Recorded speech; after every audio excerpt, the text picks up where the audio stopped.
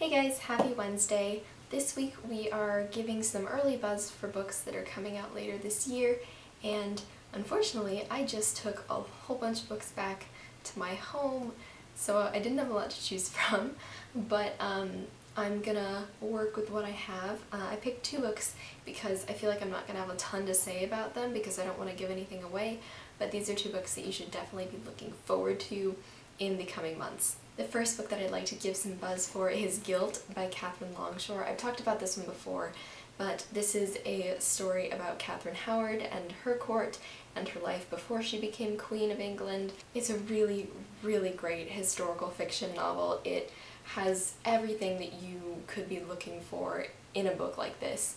It's got romance and it's got intrigue. It's just one of those page turners that you can't put down, which is kind of unusual for this genre because normally historical fiction can kind of take a while to get through because usually the writing style is very ornate and elegant, and that's not to say that Gilt isn't, but it's a really easy read. The writing style isn't overly ornate, and I kind of like that. I think that Catherine Longshore did a good job of breaking the mold of the stuffy writing and just making it more relatable. So even if you don't like historical fiction, you should definitely give this one a try. It's different, and I absolutely loved it, and I know you will too. The second book that I'd like to talk about is one that I'm actually reading right now, and it is Keep Holding On by Suzanne Colasanti.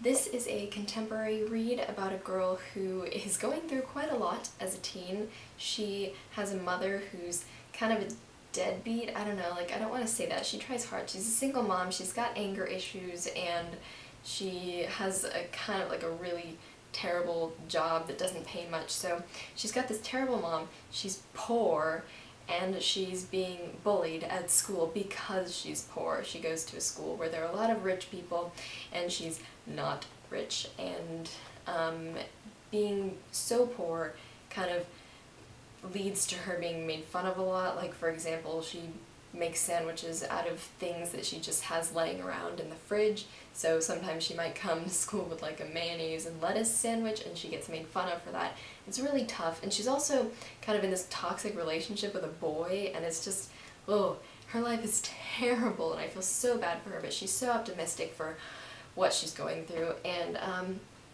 so this is her story and kind of how she's surviving and getting through, and I'm really loving it so far. I'm a little over halfway through, and I'm just really, really in love with this book. It has the ability to make you really frustrated.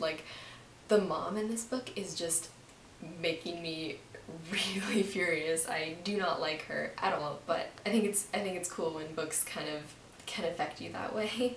So I think ultimately this is going to have a positive message, so I'm looking forward to that. But yeah, this one comes out in late May, I think it's the last day of May, and Gilt comes out in early May, I think it's the 5th, something like that.